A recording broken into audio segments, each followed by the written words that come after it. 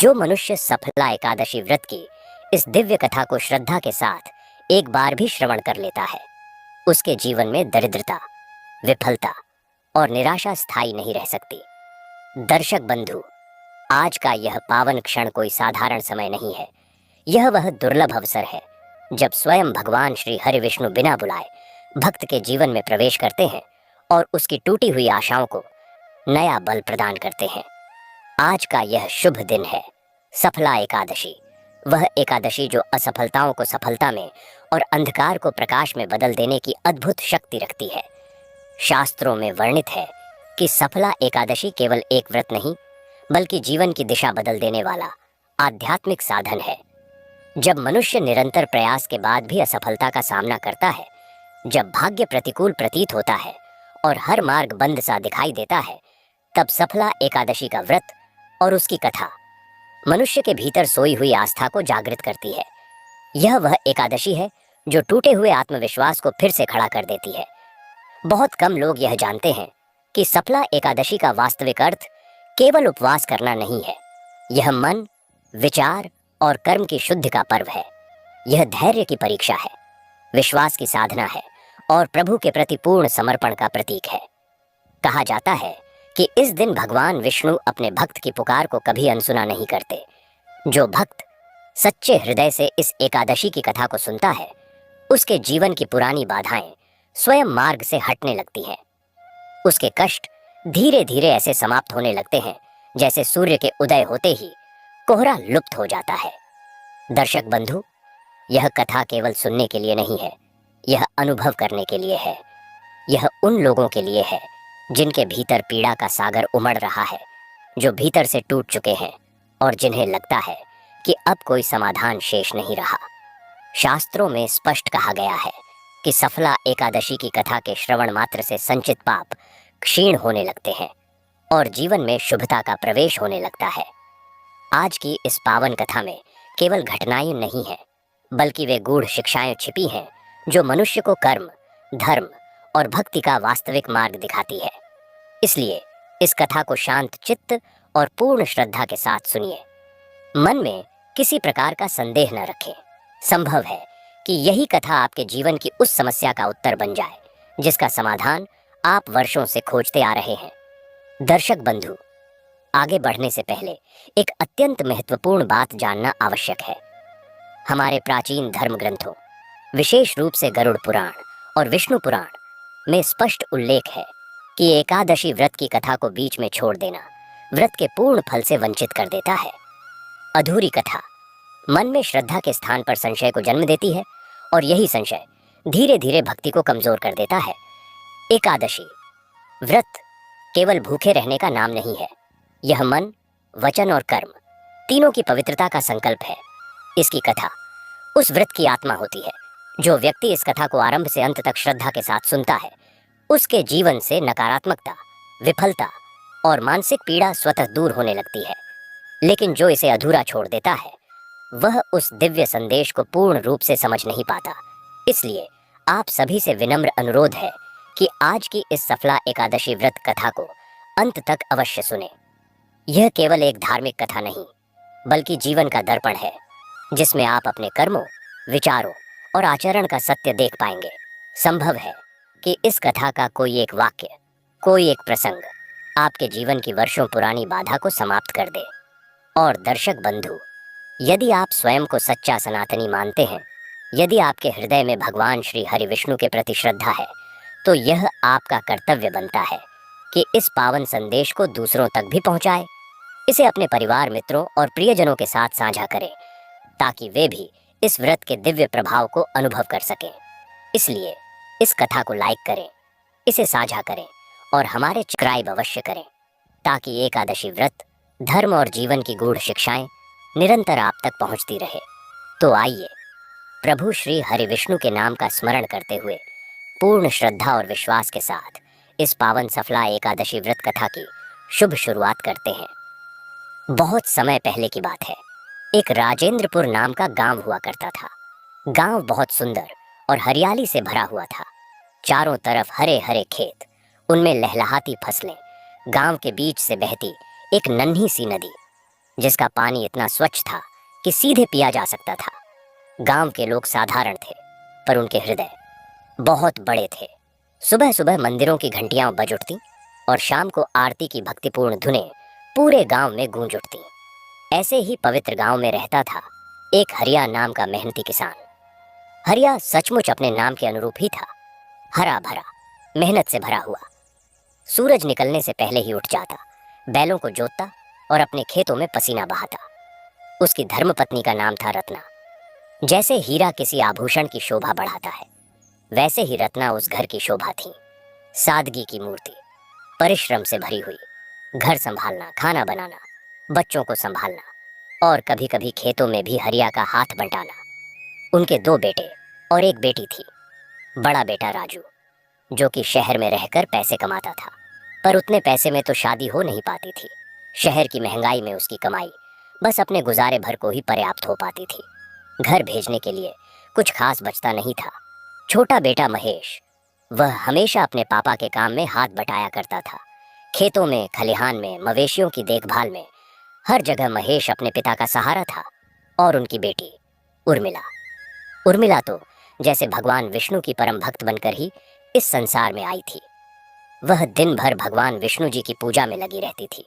सुबह स्नान करके मंदिर जाना, फूल चढ़ाना, आरती करना, भजन गाना, यही उसका नित्यक्रम था। घर के काम भी वह पूरी लगन से करती, पर उसका मन तो हर पल श्रीहरि के चरणों में ही रमा रहता।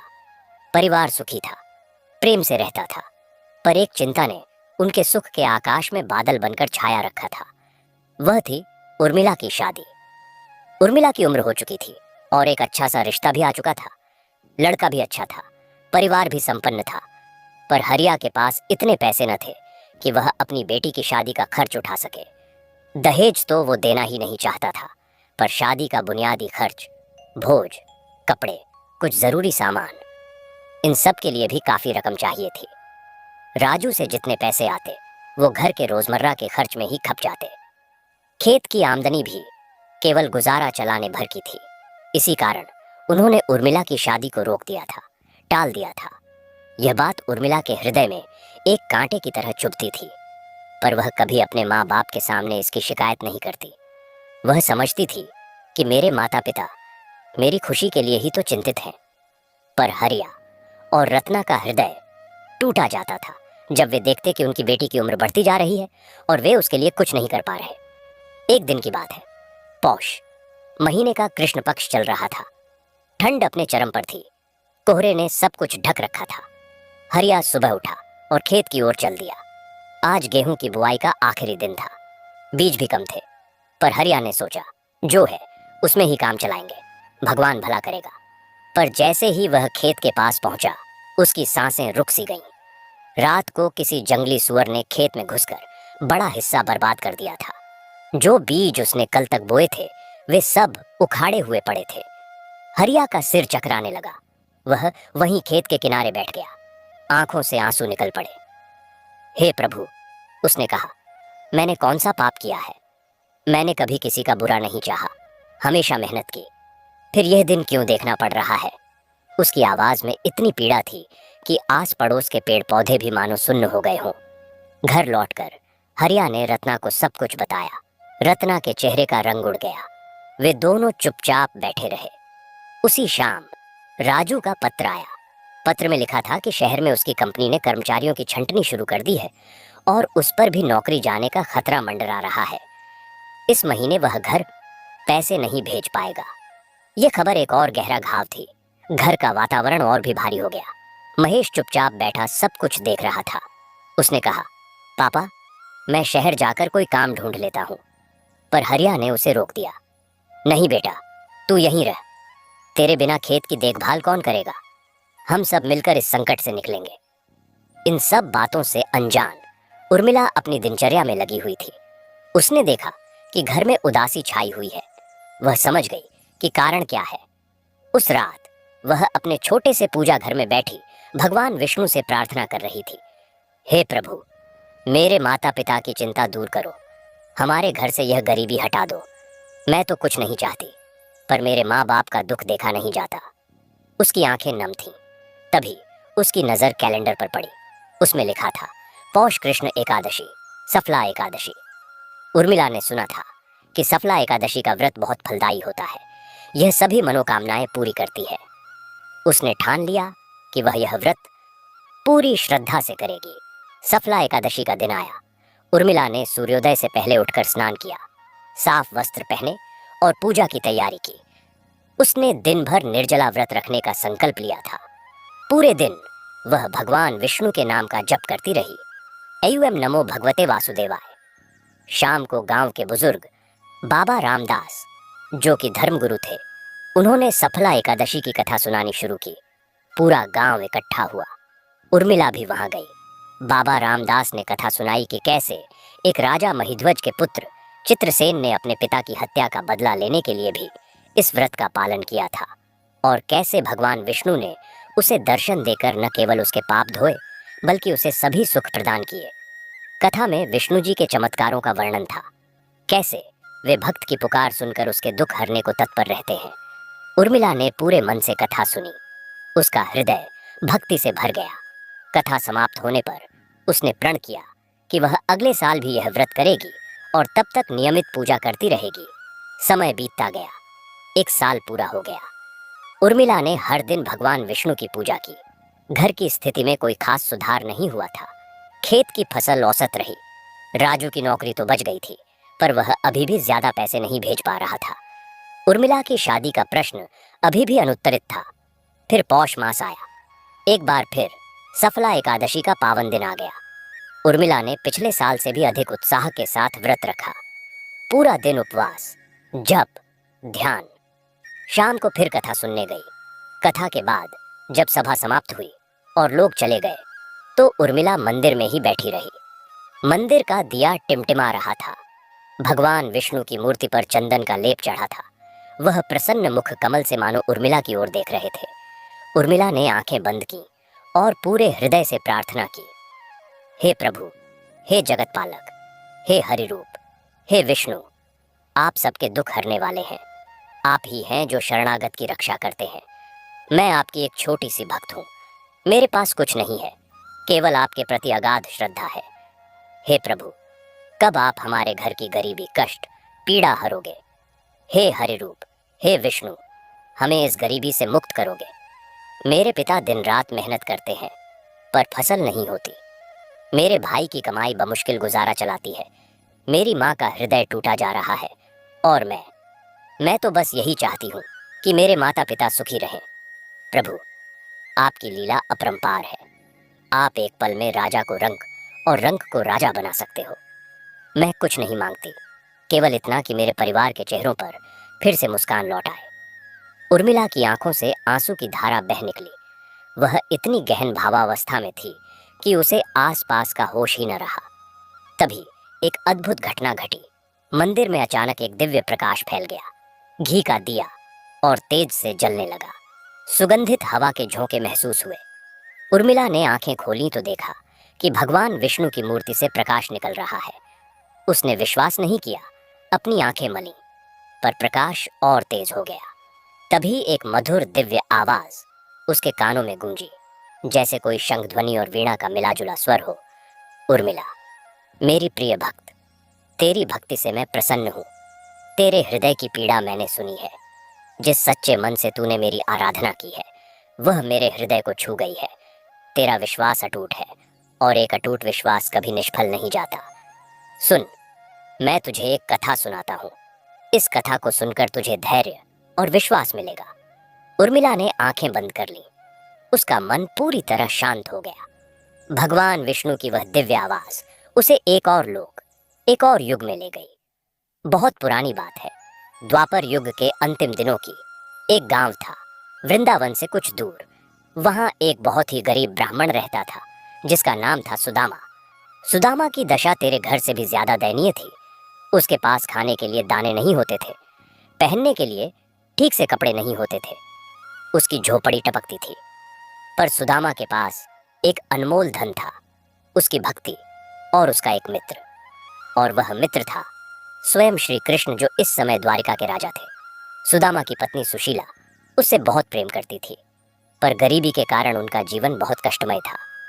एक दिन सुशीला ने सुदामा से कहा, प्रभु, आप श्री कृष्ण के बचपन के सखा हैं।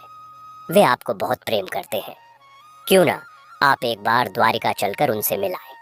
शायद हमारी दरिद्रता दूर हो जाए। सुदामा को यह बात पसंद नहीं आई। वह नहीं चाहता था कि मित्रता के बदले कुछ मांगा जाए, पर सुशीला के बार बार अनुरोध पर और अपने बच्चों की दुर्दशा देखकर उसने हाँ कर दी। सुशीला ने पड़ोस से 4 मुट्ठी चावल मांग कर लाए और एक पोटली में बांध दी, ताकि श्री कृष्ण के लिए कुछ भेंट हो। सुदामा ने वह पोटली ली और द्वारिका के लिए निकल पड़ा।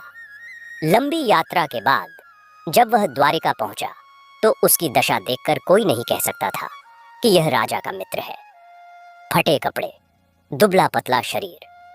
पर जैसे ही उसने द्वारिका के द्वार पर पहुंचकर कहा, मैं सुदामा हूं, श्री कृष्ण का मित्र, तो क्या देखता है कि स्वयं श्री कृष्ण दौड़े दौड़े आए और उसे गले लगा लिया। उसे अपने सिंहासन पर बिठाया, अपने हाथों से उसके पैर धोए। सुदामा की आंखों से आंसू बह निकले।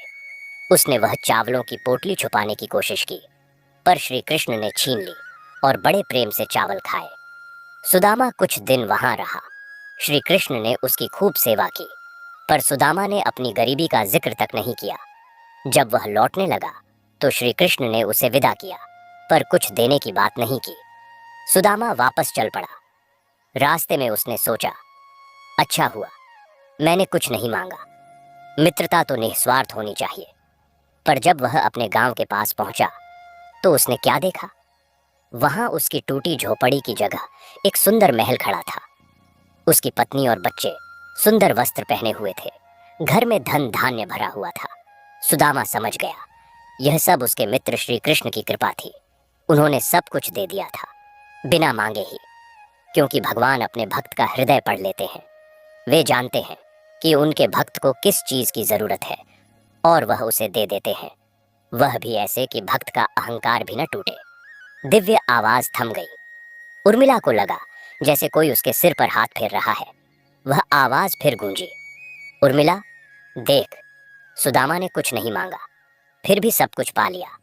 तूने मुझसे कुछ नहीं मांगा, केवल अपने परिवार की खुशी मांगी है। तेरी निस्वार्थ भक्ति मुझे बहुत प्रिय है। धैर्य रख, तेरे घर का कष्ट जल्द ही दूर होगा। जैसे सुदामा के घर लौटते ही उसकी दरिद्रता मिट गई, वैसे ही तेरे घर में भी शीघ्र ही समृद्धि आएगी। केवल विश्वास बनाए रख। प्रकाश धीरे धीरे मंद पड़ने लगा। उर्मिला ने आंखें खोली। मंदिर में सब कुछ सामान्य था।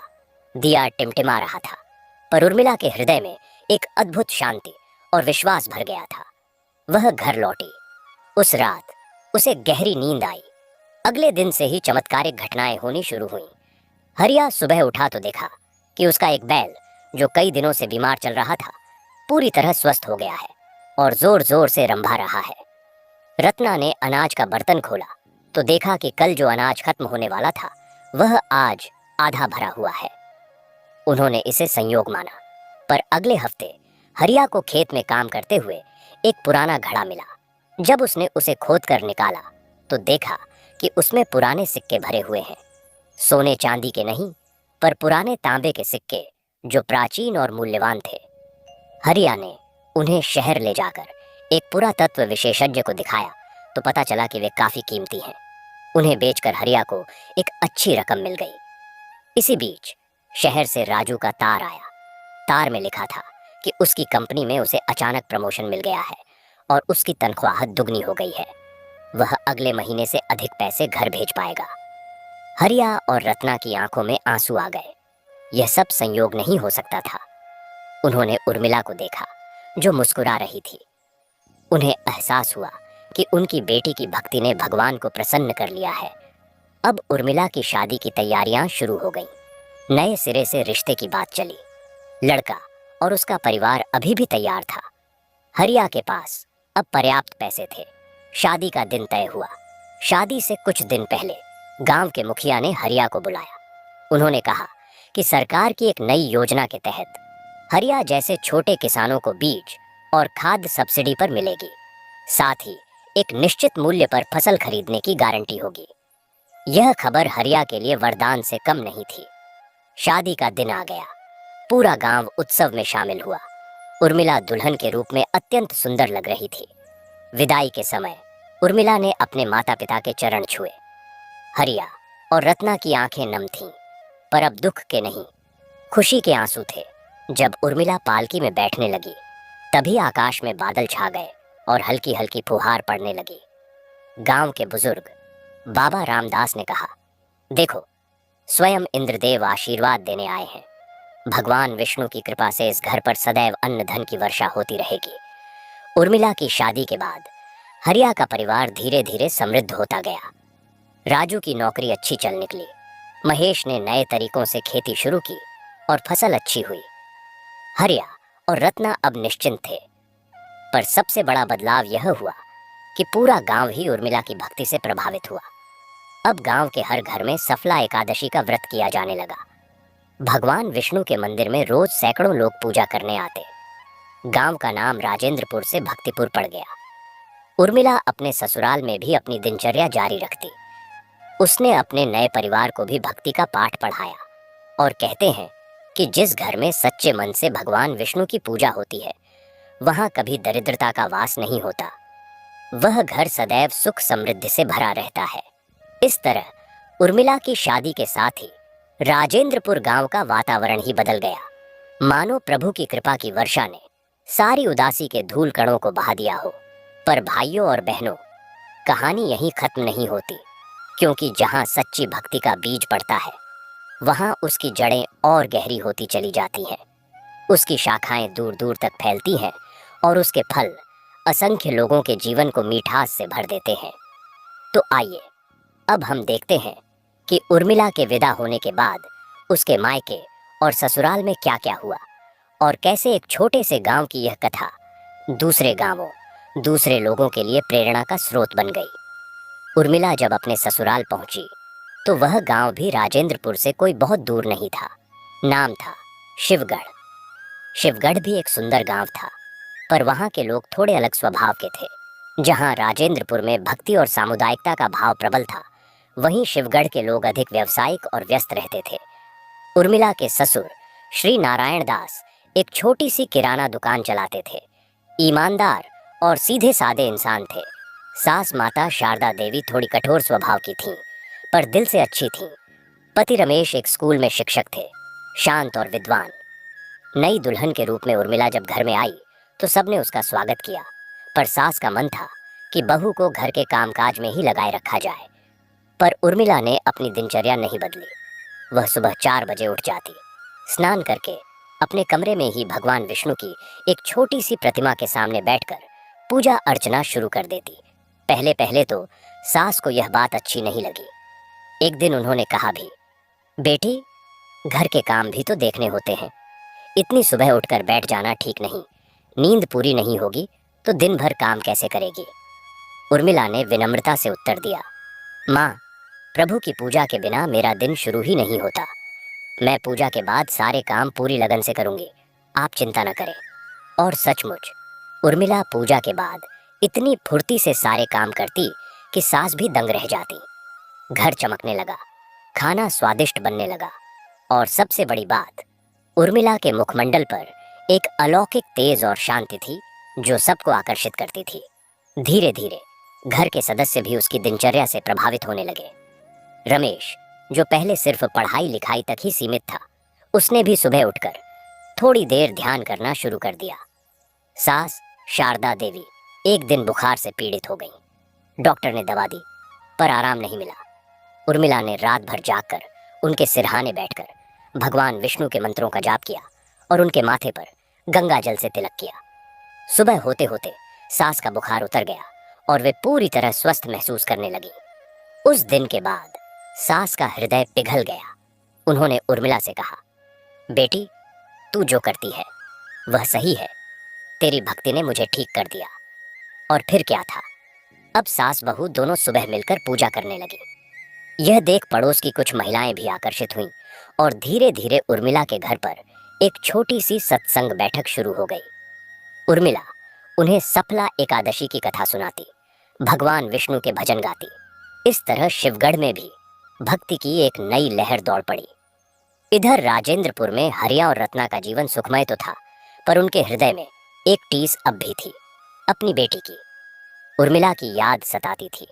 एक दिन हरिया ने रत्ना से कहा, सुनो, अब हमारे पास सब कुछ है, पर बेटी से मिले हुए 3 महीने हो गए। चलो उसे देखने चलते हैं।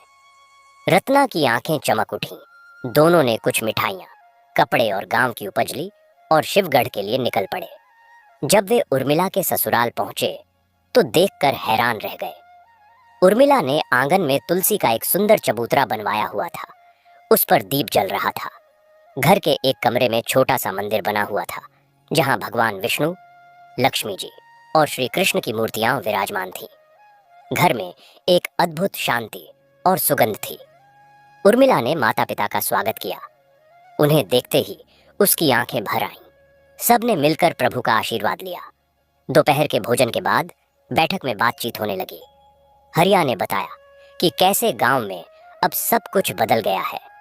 बेटी, हरिया ने कहा, तेरी भक्ति ने न सिर्फ हमारा बल्कि पूरे गांव का भला कर दिया। अब हर घर में एकादशी का व्रत होता है। मंदिर में रोज सैकड़ों लोग आते हैं। और तो और गांव के युवकों ने मिलकर एक भजन मंडली बनाई है, जो हर शनिवार को मंदिर में भजन कीर्तन करती है। गांव की फसलें अच्छी होने लगी हैं। बरसात समय पर होती है। लोग कहते हैं कि भगवान विष्णु सीधे इस गांव पर अपनी कृपा दृष्टि बनाए हुए हैं। यह सब सुनकर उर्मिला का हृदय गदगद हो गया। उसने कहा, पिताजी, यह सब प्रभु की महिमा है। मैं तो बस एक छोटी सी भक्त हूँ। उनकी कृपा ही सब कुछ है। रत्ना ने उर्मिला को गले लगाते हुए कहा, तेरी पूजा का फल हम सब भोग रहे हैं बेटी। पर एक बात बताओ, क्या तुझे यहाँ सब कुछ अच्छा लगता है? कोई तकलीफ तो नहीं? उर्मिला मुस्कुराई। माँ, यहाँ सब मुझे प्यार करते हैं। मेरे पति और सास ससुर बहुत अच्छे हैं और मैं तो प्रभु की पूजा करती हूँ। फिर किसी चीज की कमी कैसे हो सकती है? प्रभु तो सबके हृदय में बसते हैं। यह सुनकर हरिया और रत्ना की आंखों में फिर से आंसू आ गए, पर अब वे संतुष्टि के आंसू थे। वे कुछ दिन वहां रुके, उर्मिला के साथ समय बिताया और फिर विदा हो गए। अब कथा की दिशा एक नए मोड़ पर मुड़ती है। देखिए भक्तों, भगवान की लीला अनंत है। जब एक भक्त पूरी तरह से प्रभु में लीन हो जाता है तो प्रभु उसकी परीक्षा भी लेते हैं, ताकि उसकी भक्ति और निखर सके। कुछ महीने बीते। शिवगढ़ और आसपास के इलाकों में भयंकर सूखा पड़ गया। बारिश नहीं हुई। कुएं सूखने लगे। नदियों का जल स्तर कम हो गया। खेत सूखे पड़े थे। लोग चिंतित थे। उर्मिला के ससुर की दुकान में भी कमी आने लगी, क्योंकि लोगों के पास पैसे नहीं थे। ऐसे में गांव के कुछ लोगों ने यह अफवाह फैला दी कि उर्मिला के आने के बाद से ही यह सूखा पड़ा है, क्योंकि वह रोज घर में पूजा पाठ करके कुछ तांत्रिक क्रिया करती है। यह बात सास शारदा देवी के कानों तक भी पहुंची। वे परेशान हो गईं। एक दिन उन्होंने उर्मिला से कहा, बेटी, गांव में लोग क्या क्या बातें कर रहे हैं, सुनती हो? कह रहे हैं कि तेरी पूजा के कारण देवता नाराज हैं और बारिश नहीं हो रही। उर्मिला के हृदय को गहरा आघात लगा, पर उसने धैर्य नहीं खोया। उसने सास के चरण छुए और कहा, माँ, लोगों को मेरे बारे में कुछ भी कहने दीजिए। प्रभु सब जानते हैं। और यह सूखा, यह प्राकृतिक विपदा है। इसे झूठे आरोपों से जोड़ना ठीक नहीं। मैं प्रभु से प्रार्थना करती हूँ कि वे जल्द ही बारिश करें और सबकी पीड़ा दूर करें। उसी रात उर्मिला ने एक विशेष प्रार्थना की। उसने भगवान विष्णु से विनती की, हे प्रभु, अगर मेरी भक्ति से कोई अप्रसन्न है तो कष्ट मुझे मिले, इन निर्दोष लोगों को नहीं। कृपया इस गांव पर बारिश की कृपा करें। मैं व्रत रखती हूँ, जब तक बारिश नहीं होगी तब तक अन्न जल ग्रहण नहीं करूंगी। उसने निर्जल व्रत का संकल्प लिया। दूसरे दिन से ही उर्मिला ने पूरा दिन भगवान विष्णु का जाप करते हुए बिताया। वह केवल थोड़ा सा जल पीती। तीसरे दिन गांव के एक बुजुर्ग, जो कि उर्मिला की भक्ति से प्रभावित थे, उन्होंने गांव वालों को इकट्ठा किया और कहा, तुम लोग अनजान हो। यह बेटी तो पूरी तरह से भगवान में लीन है। इसे दोष देना पाप है। हम सबको मिलकर भगवान से प्रार्थना करनी चाहिए। उर्मिला की सास ने भी गांव वालों को इकट्ठा किया और कहा, तुम लोग अनजान हो। यह बेटी तो पूरी तरह से भगवान में लीन है। इसे दोष देना पाप है। हम सबको मिलकर भगवान से प्रार्थना करनी चाहिए। उर्मिला की सास ने भी गांव वालों को इकट्ठा किया और को समझाया कि उनकी बहू कितनी पवित्र है। धीरे धीरे लोगों का हृदय परिवर्तन हुआ। उर्मिला के व्रत के 5वें दिन एक अद्भुत घटना घटी। गांव के बाहर एक पुराना सूखा हुआ कुआं था जिसका पानी सालों पहले ही सूख गया था। उर्मिला सुबह पूजा करके वहां गई और प्रार्थना करने लगी। तभी कुएं के अंदर से एक तेज प्रकाश निकलने लगा। गांव वाले वहां जमा हो गए। उर्मिला ने कहा, भाइयों, यह कुआं फिर से भर सकता है अगर हम सच्चे मन से प्रभु को याद करें। सबने मिलकर भगवान विष्णु के नाम का जाप शुरू किया और तब चमत्कार हुआ। कुएं के तल से स्वच्छ ठंडा पानी उफनाने लगा और कुछ ही देर में कुआं लबालब भर गया। लोग हैरान रह गए। उन्होंने उर्मिला के चरण पकड़ लिए और क्षमा मांगी। और फिर जैसे प्रभु की कृपा का प्रतीक हो, आकाश में काले बादल छा गए और मूसलाधार बारिश शुरू हो गई। सारा गांव खुशी से झूम उठा। सूखे का संकट टल गया। उर्मिला के व्रत और भक्ति ने न सिर्फ बारिश करवाई बल्कि पूरे गांव के लोगों के हृदय में भक्ति की वर्षा भी कर दी। इस घटना के बाद तो शिवगढ़ में उर्मिला का सम्मान और बढ़ गया। अब वह सिर्फ एक बहू नहीं बल्कि गांव की आध्यात्मिक मार्गदर्शक बन गई। उसने गांव में एक छोटा सा भजन कीर्तन का समूह बनाया। औरतें और मर्द सब इसमें शामिल होने लगे। उसने लोगों को समझाया कि भगवान की भक्ति के साथ साथ पर्यावरण का ध्यान रखना भी जरूरी है। उसके प्रयासों से गांव में पेड़ लगाए गए, कुएं साफ किए गए। अब शिवगढ़ भी एक हरा भरा खुशहाल गांव बन गया। समय बीतता गया। एक दिन उर्मिला को खबर मिली कि उसके भाई महेश की शादी तय हुई है। वह खुशी से उछल पड़ी। शादी राजेंद्रपुर में होनी थी। उर्मिला अपने पति रमेश और सास ससुर के साथ शादी में शामिल होने पहुंची। राजेंद्रपुर पहुंचकर उसे लगा जैसे वह स्वर्ग में आ गई हो। गांव इतना सुंदर हो गया था। हर घर के आंगन में तुलसी, हर गली में रंगोली, हर मुख पर मुस्कान। महेश की शादी बड़ी धूमधाम से हुई। उस दिन हरिया और रत्ना का हृदय गर्व और खुशी से भरा हुआ था। उन्होंने देखा कि उनके दोनों बेटे अच्छे हैं, बेटी सुखी है और उनका नाम पूरे इलाके में एक ऐसे परिवार के रूप में फैल गया है जिस पर भगवान विष्णु की विशेष कृपा है। शादी के बाद की गोष्ठी में गांव के बुजुर्ग बाबा रामदास ने सबको संबोधित किया। उन्होंने कहा, देखो भाइयों, यह उर्मिला की भक्ति का ही प्रताप है कि आज यह गांव इतना समृद्ध और सुखी है। पर याद रखो, भक्ति का मतलब सिर्फ मंदिर में पूजा करना नहीं है। भक्ति है तो हर काम में ईमानदारी, हर इंसान के प्रति प्रेम और प्रकृति के प्रति सम्मान। उर्मिला ने यही सिखाया है। और आज मैं एक बात और बताना चाहता हूँ। जिस दिन उर्मिला ने सफला एकादशी पर व्रत किया था और भगवान से प्रार्थना की थी, उस रात मैंने स्वप्न देखा था। स्वप्न में भगवान विष्णु प्रकट हुए और उन्होंने कहा, रामदास, उर्मिला की भक्ति से मैं अत्यंत प्रसन्न हूँ। मैं इस गांव की 7 पीढ़ियों तक रक्षा करूंगा। जो भी इस गांव में सच्चे मन से मेरा नाम लेगा, उसके सारे कष्ट दूर होंगे। तो भाइयों, यह है भक्ति की शक्ति। यह सुनकर सभा में बैठे हर व्यक्ति की आंखें नम हो गईं। उर्मिला ने अपना सिर झुका लिया। वह स्वयं को इस योग्य नहीं समझती थी, पर भगवान की कृपा तो बिना किसी योग्यता के ही होती है। बस श्रद्धा चाहिए। अब कथा का विस्तार और भी गहराई में जाता है। देखिए, जब एक आत्मा पूरी तरह से प्रभु में विलीन हो जाती है तो उसके आसपास का वातावरण ही पवित्र हो जाता है। उर्मिला अब 2 गांवों की संपत्ति बन चुकी थी। लोग दूर दूर से उसके दर्शन करने और आशीर्वाद लेने आते थे। पर उर्मिला हमेशा यही कहती, मैं कौन होती हूँ आशीर्वाद देने वाली? आशीर्वाद तो भगवान विष्णु देते हैं, आप उनकी शरण लीजिए। उसने कभी भी अपने लिए कुछ नहीं मांगा, न अपने परिवार के लिए। वह तो बस भगवान का नाम जपती रहती और दूसरों को भक्ति का मार्ग दिखाती। एक बार की बात है, उर्मिला के पति रमेश को शहर में एक बड़े स्कूल में प्रिंसिपल की नौकरी का ऑफर आया। पैसा और प्रतिष्ठा दोनों बहुत अच्छी थी। पूरे परिवार ने सोचा कि यह तो बहुत अच्छा अवसर है, शहर चले जाएंगे। पर उर्मिला ने धीरे से कहा, यह तो आप लोग तय करें।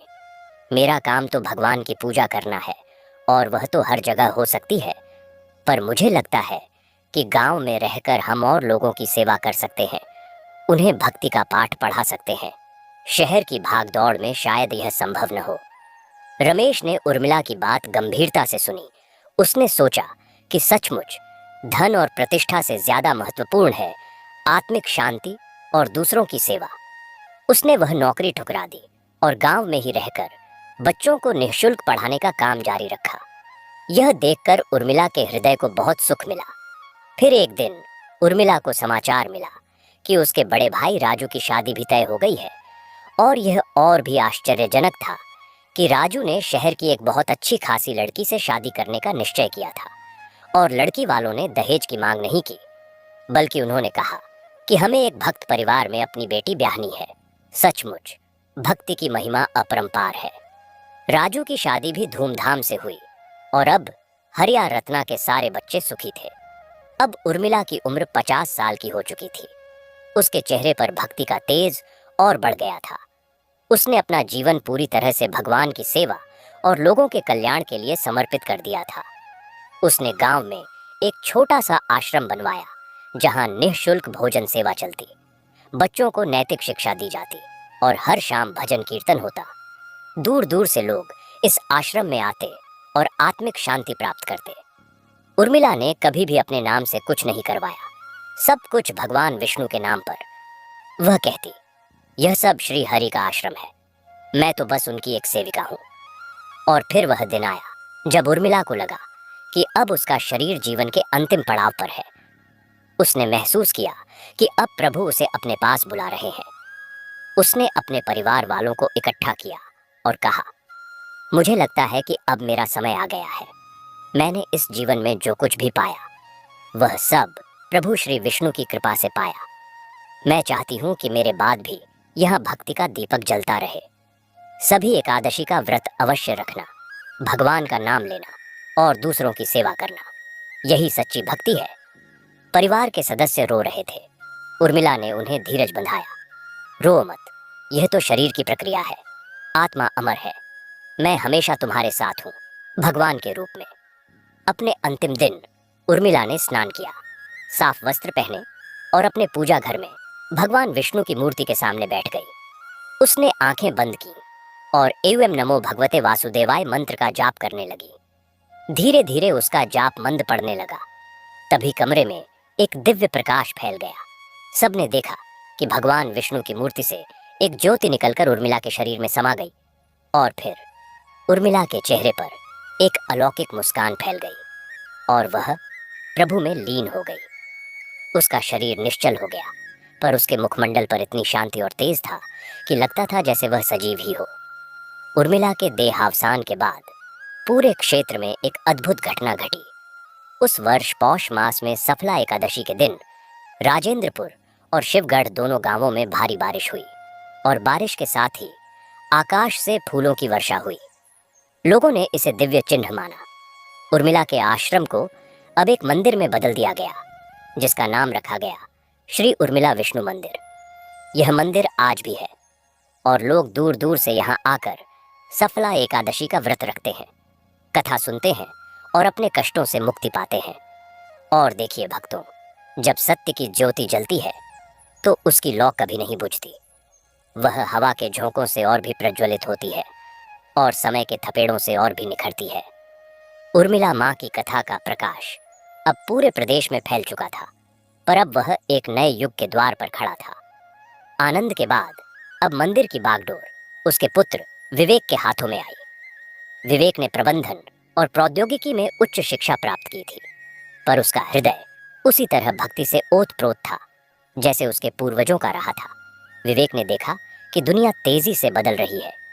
लोगों की जीवन शैली, उनकी चिंताएं, उनके संघर्ष नए रूप ले रहे हैं। ऐसे में मंदिर का दायित्व केवल पूजा अर्चना तक सीमित नहीं रह सकता था। विवेक ने सोचा कि उर्मिला माँ की भक्ति का सार तो सेवा और करुणा है और इस युग में सेवा के नए नए रूप हो सकते हैं। उसने सबसे पहले मंदिर परिसर में एक मानसिक स्वास्थ्य केंद्र की स्थापना की। आज के दौर में तनाव, चिंता, अवसाद जैसी समस्याएं बहुत बढ़ गई थीं। विवेक ने योग्य मनोचिकित्सकों और परामर्शदाताओं की एक टीम बनाई जो निःशुल्क परामर्श देती, साथ ही ध्यान और आध्यात्मिक सत्रों के माध्यम से लोगों को मानसिक शांति दिलाने का प्रयास किया। इस केंद्र ने नौजवानों को विशेष रूप से आकर्षित किया जो नौकरी, करियर और रिश्तों के दबाव में घुटन महसूस कर रहे थे। एक युवक जो गहरे अवसाद में था, वह यहाँ आया। उसे उर्मिला माँ की कथा सुनाई गई। उससे कहा गया कि जिस तरह उर्मिला माँ ने हर विपदा में भगवान पर विश्वास नहीं छोड़ा, उसी तरह तुम भी अपने अंदर की शक्ति पर भरोसा रखो। धीरे धीरे योग, ध्यान और परामर्श से वह युवक ठीक हो गया। उसने कहा, मुझे लगता है जैसे उर्मिला माँ ने स्वयं आकर मेरा हाथ पकड़ लिया हो। ऐसे अनगिनत उदाहरण सामने आए। फिर विवेक ने एक और महत्वपूर्ण कदम उठाया। उसने देखा कि गांव के बुजुर्ग अकेलापन महसूस करते हैं। उनकी कहानियां, उनका ज्ञान नई पीढ़ी तक नहीं पहुंच पा रहा। उसने स्मृतियों का संग्रहालय बनवाया। इसमें उर्मिला माँ के समय से लेकर आज तक के गांव के इतिहास को संजोया गया। पुराने कृषि उपकरण, पारंपरिक वस्त्र, हस्तलिखित पोथियां और वीडियो रिकॉर्डिंग्स के माध्यम से बुजुर्गों के अनुभव सहेजे गए। बच्चे अब स्कूल की यात्रा पर यहाँ आते और गांव की विरासत से रूबरू होते। इससे नई पीढ़ी को अपनी जड़ों से जुड़ने का मौका मिला। पर कथा यहीं नहीं रुकी। विवेक ने महसूस किया कि भक्ति और सेवा का दायरा और बढ़ाना होगा। उसने पड़ोस के एक गांव में, जो बहुत पिछड़ा हुआ था और जहां शिक्षा का अभाव था, वहां एक छात्रावास की स्थापना की। गरीब परिवारों के मेधावी बच्चों को वहां रहकर पढ़ने का मौका मिला। इस छात्रावास का नाम रखा गया उर्मिला माँ छात्र निवास। यहाँ बच्चों को न केवल शैक्षणिक शिक्षा बल्कि नैतिक और आध्यात्मिक शिक्षा भी दी जाती। सुबह प्रार्थना, शाम को भजन और रविवार को उर्मिला माँ की कथा सुनना उनकी दिनचर्या का हिस्सा बन गया। इन बच्चों में से कई आगे चलकर डॉक्टर, इंजीनियर, शिक्षक बने और उन्होंने अपने गांवों का विकास किया। यह उर्मिला माँ की सेवा का एक सुनहरा अध्याय था। इस बीच मंदिर से जुड़े एक और चमत्कार की चर्चा फैली।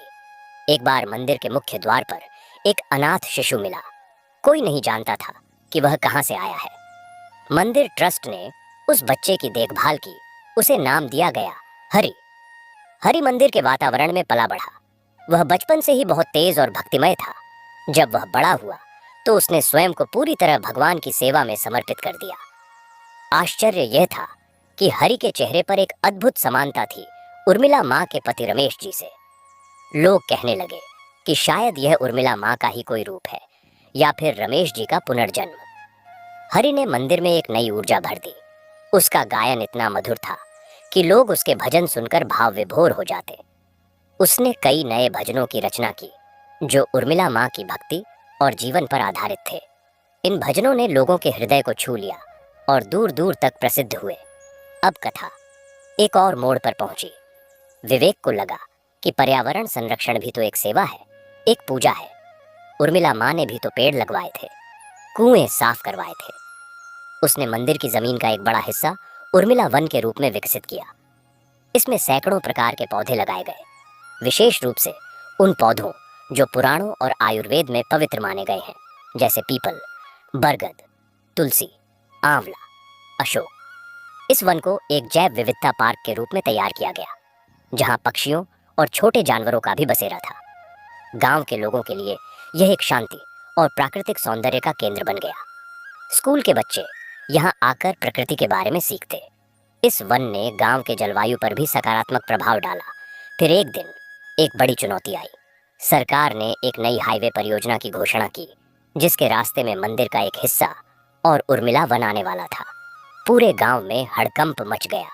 लोग चिंतित थे कि कहीं उनकी इस पवित्र विरासत को नुकसान न पहुंचे। विवेक ने शांति और विवेक से काम लिया। उसने सरकारी अधिकारियों से मुलाकात की, उन्हें मंदिर के ऐतिहासिक और सामाजिक महत्व के बारे में समझाया। उसने एक जन जागरण अभियान चलाया, जिसमें हजारों लोगों ने हस्ताक्षर किए और शांतिपूर्ण रैलियां निकाली। मीडिया ने भी इस मुद्दे को उठाया। आखिरकार सरकार ने हाईवे का रूट बदलने का निर्णय लिया। लोगों ने इसे उर्मिला माँ की एक और चमत्कारी कृपा माना। उनका विश्वास और दृढ़ हुआ कि जो सच्ची भक्ति और नेक काम में लगा होता है, उसकी रक्षा स्वयं भगवान करते हैं। इस घटना के बाद मंदिर की ख्याति और बढ़ गई। अब यह केवल एक धार्मिक स्थल नहीं, बल्कि सामाजिक पर्यावरणीय आंदोलन का प्रतीक बन गया।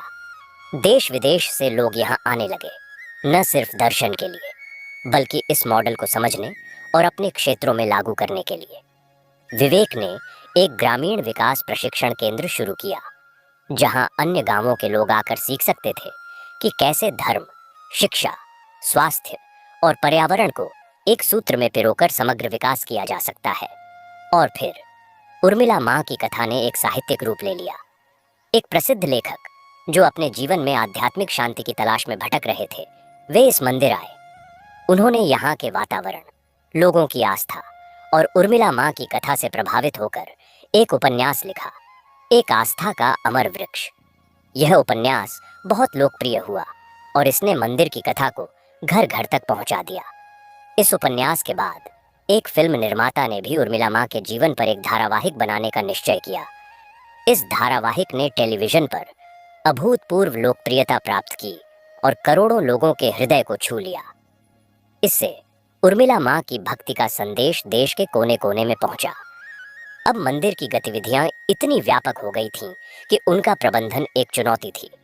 विवेक ने एक पारदर्शी और व्यवस्थित प्रबंधन तंत्र विकसित किया, जिसमें कई समितियां बनाई गईं: शिक्षा समिति, स्वास्थ्य समिति, पर्यावरण समिति, सांस्कृतिक समिति। हर समिति में गांव के विश्वसनीय और योग्य लोग थे। हर महीने एक सामान्य सभा होती, जिसमें हर काम की समीक्षा होती और आगे की योजना बनती। इस तरह मंदिर अब पूरी तरह से समुदाय द्वारा संचालित एक संस्था बन गया। पर इन सब के बीच मंदिर का आध्यात्मिक केंद्र बिल्कुल अछूता रहा। वहां का वातावरण आज भी वैसा ही पवित्र और शांत था। सुबह 4 बजे की मंगल आरती, दिन भर का जप तप और शाम की आरती में भक्तों की भीड़, यह सिलसिला निर्बाध चल रहा था। सफला एकादशी का उत्सव अब एक राष्ट्रीय आयोजन बन गया था, जिसमें सरकारी अवकाश रहता और लाखों लोग आते। इस दिन मंदिर परिसर में एक विशाल यज्ञ का आयोजन होता, जिसमें सैकड़ों विद्वान पंडित वेद मंत्रों का उच्चारण करते। इस यज्ञ का प्रसाद दूर दूर तक भेजा जाता और लोग इसे अमृत समान मानते। और फिर एक ऐसी घटना हुई जिसने सभी को चौंका दिया। मंदिर के पास एक बहुत बूढ़ी महिला रहती थी, माता यशोदा। वे 100 साल से अधिक उम्र की थीं और उर्मिला माँ को अपने बचपन में देख चुकी थीं। एक दिन उन्होंने विवेक को बुलाया और कहा, बेटा, मेरे पास उर्मिला माँ की एक स्मृति है। उन्होंने एक पुराना सफेद कपड़ा निकाला, जिसमें कुछ सूखे फूल और एक पीतल की सिकड़ी लिपटी हुई थी। उन्होंने बताया कि जब उर्मिला माँ की शादी हुई थी, तो उन्होंने गांव की हर बच्ची को यह सिकड़ी और फूल दिए थे आशीर्वाद के तौर पर। मैंने इसे अपने पास रख लिया था, माता यशोदा ने कहा, और आज तक संभाल कर रखा है। अब मेरा समय आ गया है, यह तुम्हें सौंपती हूँ। कुछ दिन बाद माता यशोदा का स्वर्गवास हो गया। विवेक ने उस सिकड़ी और फूलों को मंदिर के संग्रहालय में एक विशेष स्थान दिया। लोग उसे देखने आते और मानते कि यह सिर्फ एक सिकड़ी नहीं, बल्कि आशीर्वाद का प्रतीक है। समय बीतता गया। विवेक अब वृद्ध हो चला था। उसने अपने पुत्र ऋषभ को मंदिर की जिम्मेदारी सौंपी। ऋषभ ने विज्ञान और अध्यात्म के समन्वय पर जोर दिया। उसने मंदिर में एक शोध केंद्र स्थापित किया, जहां प्राचीन आयुर्वेदिक जड़ी बूटियों, योग के वैज्ञानिक प्रभावों और भक्ति के मनोवैज्ञानिक लाभों पर शोध होता। इस शोध केंद्र ने कई महत्वपूर्ण निष्कर्ष निकाले, जिन्हें अंतर्राष्ट्रीय स्तर पर मान्यता मिली। इससे मंदिर की प्रतिष्ठा एक आध्यात्मिक केंद्र से आगे बढ़कर एक ज्ञान विज्ञान के केंद्र के रूप में स्थापित हुई। और आज जब हम इस कथा को सुन रहे हैं, तब श्री उर्मिला विष्णु मंदिर एक जीवित परंपरा, एक सांस लेती हुई संस्था है। यह केवल ईंट पत्थर का ढांचा नहीं, बल्कि लाखों हृदयों में बसा हुआ विश्वास है। उर्मिला माँ की कथा अब एक कथा नहीं रही, बल्कि एक जीवन दर्शन बन गई है कि सच्ची भक्ति स्वार्थ रहित सेवा है, कि विश्वास हर अंधकार को मिटा सकता है, कि प्रभु की कृपा उन पर हमेशा बरसती है जो निष्काम भाव से उनकी शरण में आते हैं। और भक्तों, जब हमने कथा के उस पड़ाव पर विराम दिया था जहां वृषभ के नेतृत्व में मंदिर एक ज्ञान विज्ञान के केंद्र के रूप में विकसित हो रहा था, तब हमने सोचा था कि यह कथा अपने शिखर पर पहुंच चुकी है। परंतु प्रभु की लीलाएं अनंत हैं और भक्ति की गाथा कभी समाप्त नहीं होती। अब हम उस कथा को और गहराई में ले चलते हैं, उन सूक्ष्म तंतुओं तक जहां आस्था का एक एक रेशा जीवन के ताने बाने में इस तरह गुथ गया है कि उसे अलग कर पाना असंभव है। देखिए, ऋषभ ने जिस शोध केंद्र की नींव रखी थी, वह अब एक अंतर्राष्ट्रीय ख्याति प्राप्त संस्थान बन चुका था, जहां दुनिया भर के विद्वान आध्यात्मिकता और विज्ञान के समन्वय पर शोध करने आते थे। पर एक दिन एक ऐसी घटना घटी जिसने सबकी सोच को बदल कर रख दिया। शोध केंद्र में कार्यरत एक युवा वैज्ञानिक डॉक्टर अरविंद ने एक प्रयोग के दौरान पाया कि मंदिर के मुख्य गर्भगृह के आस एक पास का वातावरण एक विशेष प्रकार की ऊर्जा से भरा हुआ है, जिसे उनके उपकरण माप पा रहे थे। यह ऊर्जा सामान्य विद्युत चुंबकीय तरंगों से भिन्न थी, और जब भी मंदिर में भजन कीर्तन या सामूहिक प्रार्थना होती, इस ऊर्जा का स्तर बढ़ जाता। डॉक्टर अरविंद ने अपने निष्कर्षों को एक शोध पत्र में प्रकाशित किया, जिसने वैज्ञानिक समुदाय में हलचल मचा दी। कई लोगों ने इसे अंधविश्वास कहा, पर कुछ जिज्ञासु वैज्ञानिक स्वयं जांच करने मंदिर आए। उन्होंने पाया कि मंदिर परिसर में प्रवेश करते ही उनके मन में एक अद्भुत शांति छा जाती है, और उनके उपकरण भी वही असामान्य ऊर्जा पैटर्न दर्ज कर रहे थे। धीरे धीरे यह बात फैली कि श्री उर्मिला विष्णु मंदिर केवल आस्था का ही नहीं, बल्कि एक ऐसा स्थान है जहां एक विशेष दिव्य ऊर्जा विद्यमान है। इससे मंदिर में आने वाले भक्तों की संख्या में और वृद्धि हुई, पर साथ ही एक नई चुनौती भी सामने आई। कुछ लालची तत्वों ने इस ऊर्जा का व्यावसायीकरण करने की कोशिश शुरू कर दी। एक बड़ी कंपनी ने मंदिर के नाम से एक पॉजिटिव एनर्जी डिवाइस बाजार में उतारने की योजना बनाई, बिना मंदिर ट्रस्ट की अनुमति के। ऋषभ को जब इसकी भनक लगी तो वे चिंतित हो गए। उन्होंने तुरंत एक प्रेस कॉन्फ्रेंस बुलाई और स्पष्ट किया कि मंदिर की दिव्य ऊर्जा कोई उत्पाद नहीं है जिसे बेचा खरीदा जा सके। यह तो प्रभु की कृपा और भक्तों की सामूहिक श्रद्धा का प्रतिफल है। उन्होंने लोगों से अपील की कि वे ऐसे ठगों के चंगुल में न फंसे। साथ ही उन्होंने एक और महत्वपूर्ण कदम उठाया। मंदिर ट्रस्ट ने एक आध्यात्मिक ऊर्जा शोध परियोजना शुरू की, जिसमें निष्पक्ष वैज्ञानिकों को आमंत्रित किया गया कि वे मंदिर के वातावरण का अध्ययन करें और अपने निष्कर्ष सार्वजनिक करें। इस परियोजना में देश एक विदेश के कई प्रतिष्ठित विश्वविद्यालय शामिल हुए। महीनों के गहन अध्ययन के बाद शोधकर्ताओं ने एक रिपोर्ट प्रस्तुत की। उन्होंने कहा कि मंदिर के वातावरण में सकारात्मकता का स्तर असाधारण रूप से उच्च है, जो शायद सामूहिक ध्यान, पवित्र संगीत और श्रद्धा के कारण है। उन्होंने इसे सामूहिक चेतना का प्रभाव नाम दिया। इस रिपोर्ट ने मंदिर की प्रतिष्ठा को वैज्ञानिक आधार भी प्रदान कर दिया। अब मंदिर सिर्फ आस्था का केंद्र ही नहीं, बल्कि मानसिक शांति और सकारात्मकता के लिए एक प्रमाणित स्थल बन गया। इसके बाद अर्षभ के पुत्र निखिल, जो कि एक प्रतिभाशाली सॉफ्टवेयर इंजीनियर थे, उन्होंने एक और नवाचार किया। उन्होंने एक आध्यात्मिक डिजिटल प्लेटफॉर्म विकसित किया, जिसका नाम था उर्मिला ध्यान। इस एप्लीकेशन के माध्यम से दुनिया भर के लोग वर्चुअल रूप से मंदिर के दर्शन कर सकते थे, लाइव आरती में शामिल हो सकते थे और निर्देशित ध्यान सत्रों में भाग ले सकते थे। इस प्लेटफॉर्म का एक विशेष फीचर था सामूहिक प्रार्थना समय। हर दिन सुबह और शाम एक निश्चित समय पर एप्लीकेशन के सभी उपयोगकर्ता एक साथ प्रार्थना में जुड़ते। लाखों लोगों की इस सामूहिक प्रार्थना से एक अद्भुत अनुभूति होती, मानो पूरी दुनिया एक साथ प्रभु का स्मरण कर रही हो। इस डिजिटल प्लेटफॉर्म ने उन लोगों के लिए विशेष सहायता प्रदान की जो शारीरिक रूप से मंदिर नहीं आ सकते थे। एक वृद्ध महिला जो अमेरिका में अकेली रहती थी, उसने बताया कि इस एप्लीकेशन के माध्यम से वह स्वयं को मंदिर से जुड़ा हुआ महसूस करती है और उसकी एकाकीपन की भावना कम हुई है। एक युवक जो एक दुर्घटना में अपनी दृष्टि खो चुका था, उसने कहा कि एप्लीकेशन की ऑडियो सुविधाओं ने उसे भक्ति की दुनिया से जोड़े रखा। निखिल ने इस प्लेटफॉर्म को पूरी तरह निःशुल्क रखा और किसी भी प्रकार के विज्ञापनों से दूर। उसका उद्देश्य सिर्फ सेवा था। मंदिर की आय अब दान और कृषि उपज से होती थी, जो पूरी तरह पारदर्शी थी। हर रुपए का हिसाब ऑनलाइन उपलब्ध था। इस पारदर्शिता ने लोगों का विश्वास और बढ़ाया। अब कथा का एक और पहलू सामने आता है। मंदिर के इस डिजिटल विस्तार ने एक अप्रत्याशित समूह को आकर्षित किया। देश के युवा आईटी पेशेवर, वे जो भौतिक सफलता के शिखर पर थे पर आंतरिक शांति की तलाश में भटक रहे थे, वे इस मंदिर और उसके संदेश की ओर खींचे चले आए। कई बड़ी टेक कंपनियों ने अपने कर्मचारियों के लिए वेलनेस रिट्रीट के रूप में मंदिर परिसर में कार्यक्रम आयोजित करने शुरू किए। इन रिट्रीट में युवा पेशेवर ध्यान, योग, प्रकृति के सानिध्य और सादगी से भरा जीवन अनुभव करते। उनमें से कई ने स्वीकार किया कि इस अनुभव ने उनके जीवन की दिशा ही बदल दी। एक सफल स्टार्टअप संस्थापक ने अपनी लाखों की नौकरी छोड़कर गांव में ही एक ऑर्गेनिक फार्मिंग सामूहिक शुरू कर दिया। उसने कहा, उर्मिला, माँ की कथा ने मुझे सिखाया कि सच्ची समृद्धि पैसे में नहीं बल्कि शांति और संतुष्टि में है।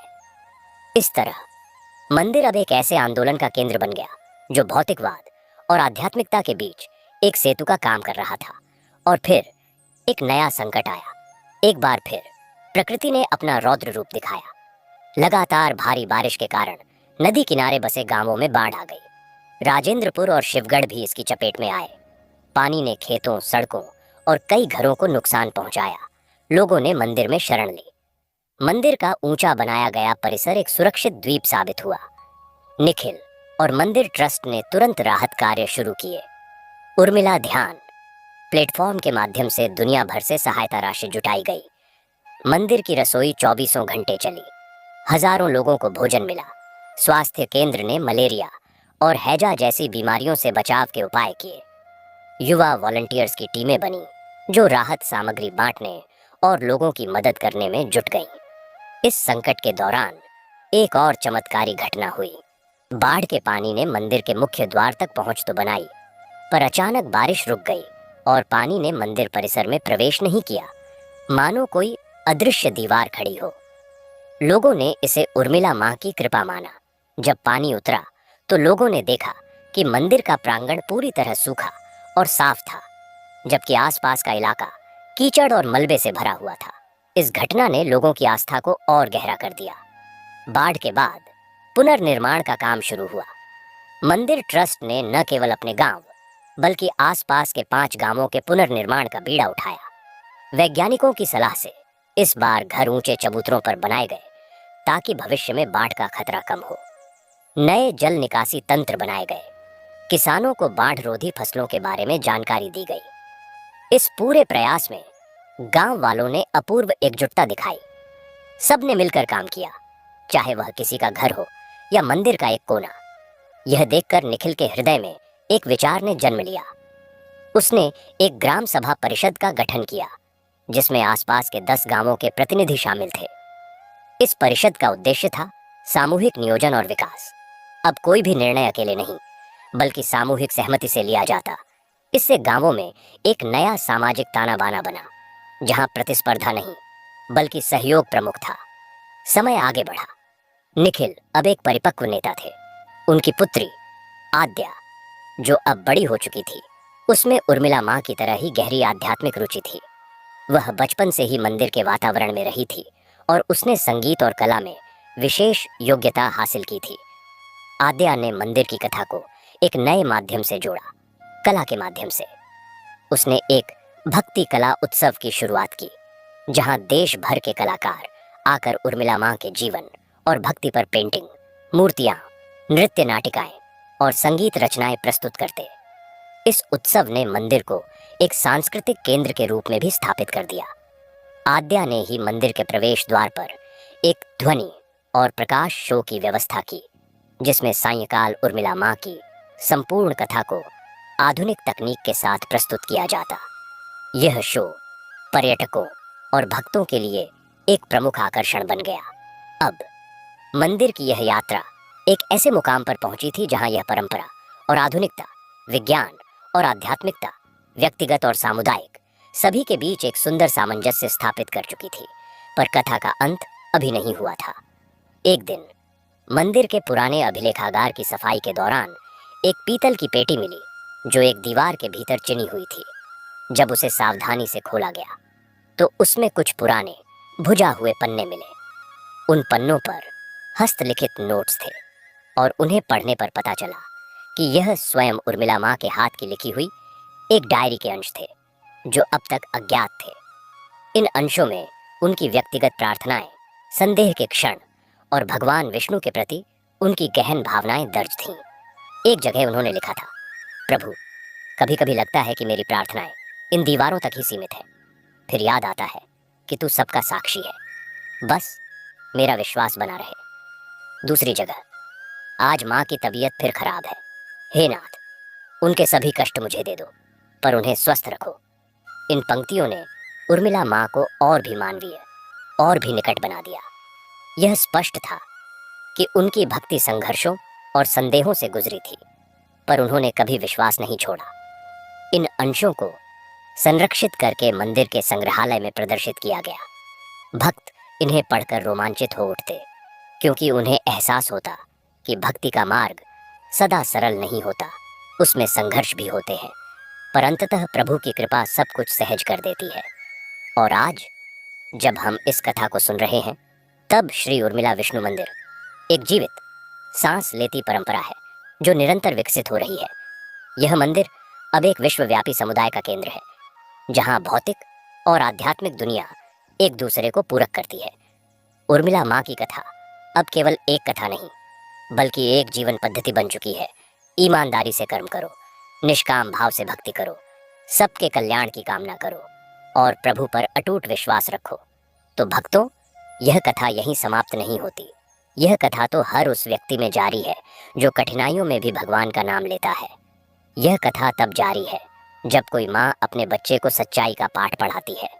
यह कथा तब जारी है जब कोई युवा स्वार्थ से ऊपर उठकर समाज सेवा में जुटता है। यह कथा अमर है क्योंकि भक्ति अमर है, प्रभु की कृपा अमर है। इसलिए आप भी इस कथा को अपने जीवन में उतारिए। उर्मिला माँ की तरह अडिग विश्वास रखिए।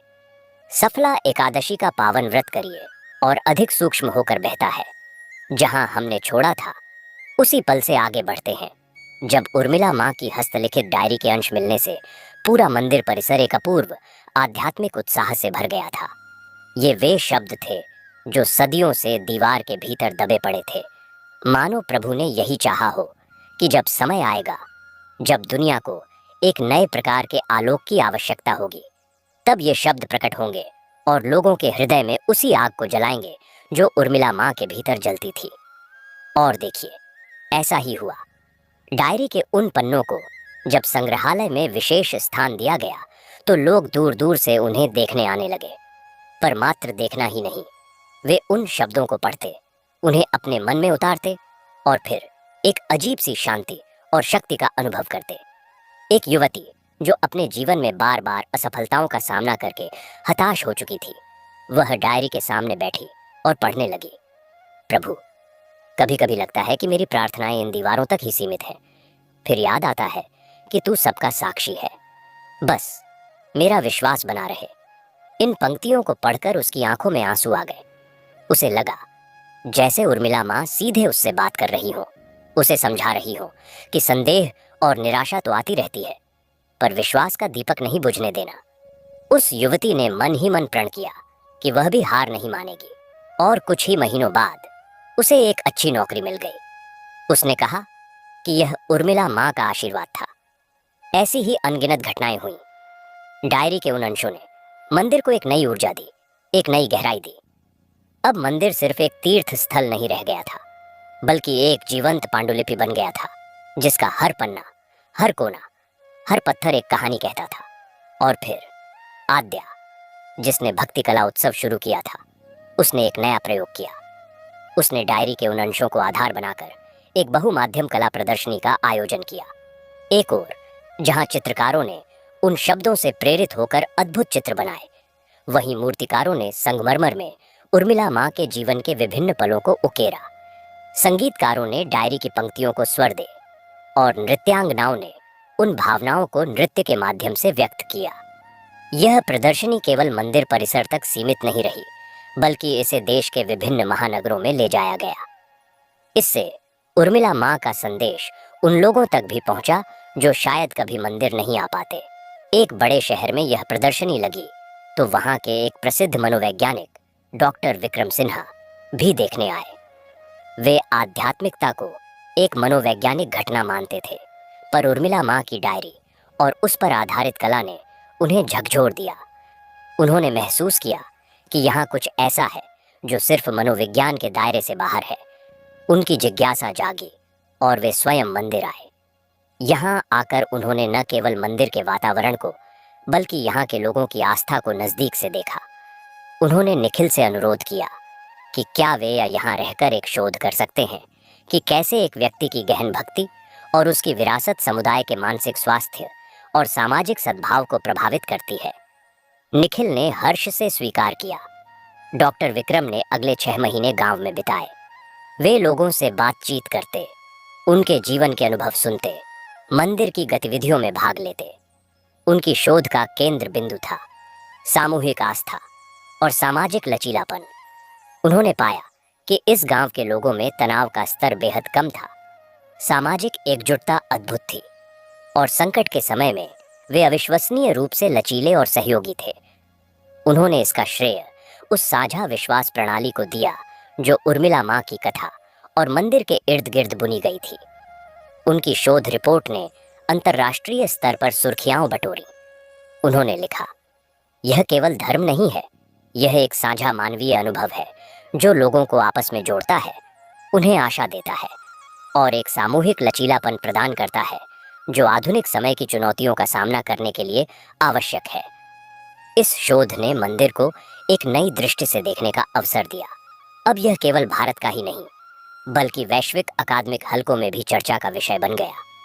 विश्वविद्यालयों ने यहाँ इंटर्नशिप और फील्ड वर्क के कार्यक्रम शुरू किए। छात्र समाजशास्त्र, मनोविज्ञान, धर्म अध्ययन और विकास अध्ययन जैसे विषयों पर यहाँ आकर शोध करने लगे।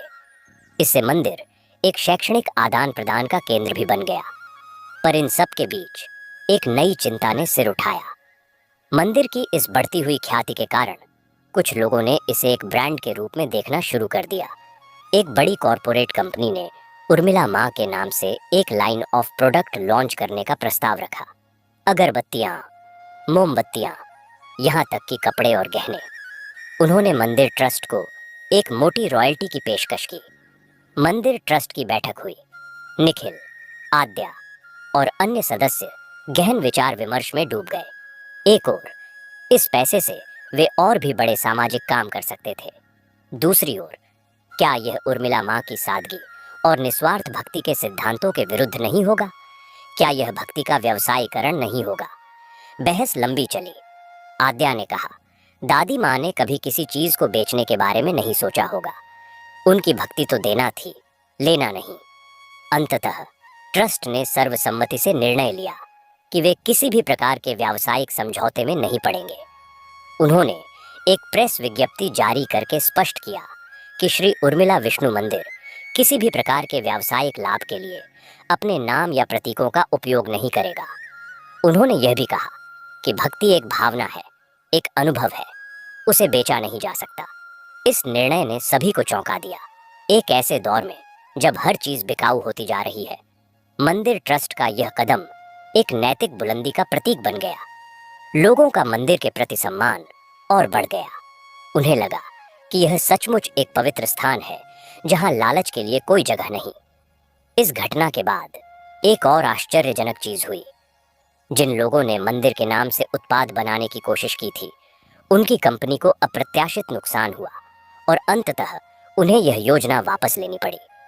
लोगों ने इसे उर्मिला माँ की इच्छा का प्रमाण माना और फिर मंदिर के इतिहास में एक और स्वर्णिम अध्याय जुड़ा। देश के प्रधानमंत्री ने एक राष्ट्रीय भाषण में सामाजिक सद्भाव और आध्यात्मिक विरासत की बात करते हुए श्री उर्मिला विष्णु मंदिर का उदाहरण दिया। उन्होंने कहा कि यह मंदिर दिखाता है कि कैसे आस्था सामाजिक परिवर्तन और विकास का एक शक्तिशाली साधन बन सकती है। इस भाषण के बाद मंदिर को राष्ट्रीय स्तर पर एक मॉडल हेरिटेज साइट घोषित किया गया। सरकार ने गांव के बुनियादी ढांचे के विकास के लिए विशेष फंड की घोषणा की। पर मंदिर ट्रस्ट ने विनम्रता पूर्वक कहा कि वे सरकारी सहायता तभी लेंगे जब वह बिना किसी शर्त के हो और उसका उपयोग पूरी पारदर्शिता से गांव के सर्वांगीण विकास के लिए किया जा सके। सरकार ने यह शर्त स्वीकार की। इस तरह गांव में नई सड़कें, बेहतर जल आपूर्ति और एक उन्नत स्वास्थ्य केंद्र बना।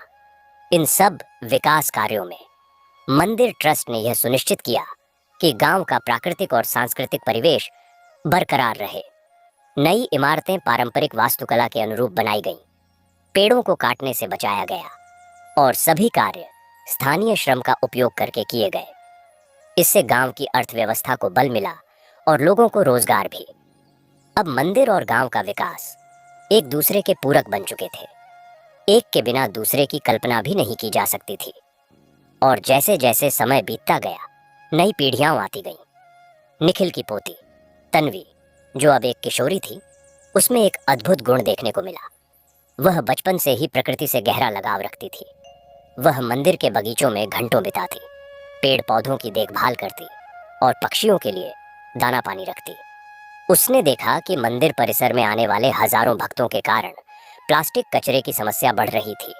तन्वी ने एक अभियान शुरू किया, प्लास्टिक मुक्त मंदिर। उसने सबसे पहले मंदिर की रसोई और प्रसाद वितरण में प्लास्टिक के उपयोग पर पूर्ण प्रतिबंध लगवाया। उसके बाद उसने भक्तों को जागरूक करना शुरू किया। उसने सुंदर कपड़े के थैले बनवाए जिन पर श्री उर्मिला विष्णु मंदिर, प्रकृति रक्षा हमारा धर्म लिखा होता, और भक्तों को उन्हें उपयोग करने के लिए प्रेरित किया।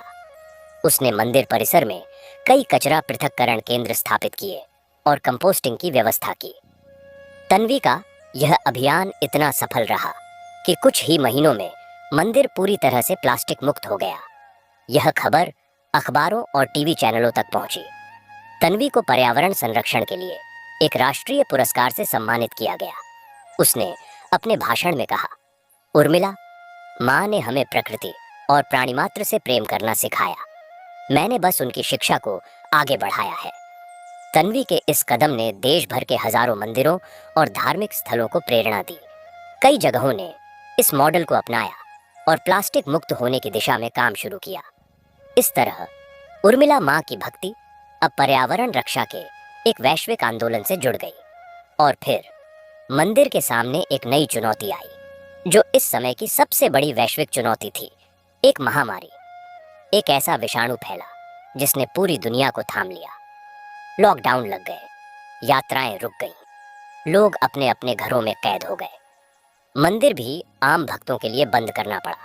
पर क्या भक्ति, क्या सेवा, क्या उर्मिला माँ का आशीर्वाद कभी बंद हो सकता है? नहीं। मंदिर ट्रस्ट ने तुरंत अपनी रणनीति बदली। उर्मिला ध्यान डिजिटल प्लेटफॉर्म और अधिक सक्रिय हो गया। अब प्रतिदिन सुबह, दोपहर और शाम 3 बार लाइव आरती और प्रवचन होने लगे। लाखों लोग अपने घरों में बैठकर इनसे जुड़ते। मंदिर की रसोई ने अपना काम और तेज कर दिया। अब वह सिर्फ मंदिर आने वालों के लिए नहीं, बल्कि पूरे गांव और आसपास के इलाकों के जरूरतमंद लोगों, बुजुर्गों और अकेले रह रहे लोगों के लिए भोजन पहुंचाने लगी। युवा वॉलंटियर्स सभी सुरक्षा नियमों का पालन करते हुए घर घर जाकर भोजन के पैकेट वितरित करते। मंदिर के स्वास्थ्य केंद्र ने कोविड के लक्षणों की जांच और सलाह देने का काम शुरू किया। जब वैक्सीन आई तो मंदिर परिसर में एक टीकाकरण केंद्र स्थापित किया गया। लोगों ने देखा कि इस कठिन समय में भी मंदिर एक स्तंभ की तरह खड़ा था, लोगों को आशा और सहारा दे रहा था। और तब एक चमत्कारी बात हुई। इस गांव और आसपास के इलाकों में कोविड का प्रसार बहुत कम रहा और जिन्हें हुआ भी वे जल्दी ठीक हो गए। डॉक्टरों ने इसे अच्छे स्वास्थ्य सुविधाओं, लोगों की सामुदायिक जागरूकता और बेहतर पोषण का परिणाम बताया। पर भक्तों की आस्था थी कि यह उर्मिला माँ और भगवान विष्णु की कृपा का प्रताप था। महामारी के दौरान मंदिर ने एक और नया काम शुरू किया, मानसिक स्वास्थ्य हेल्पलाइन।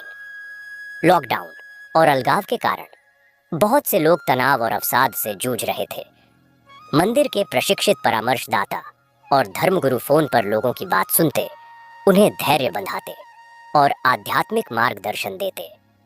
इस हेल्पलाइन ने हजारों लोगों को मानसिक संतुलन बनाए रखने में मदद की। एक वृद्ध दंपत्ति जिनके बच्चे विदेश में थे और वे अकेले रह रहे थे, उन्होंने कहा, इस हेल्पलाइन ने हमें अकेलापन महसूस नहीं होने दिया।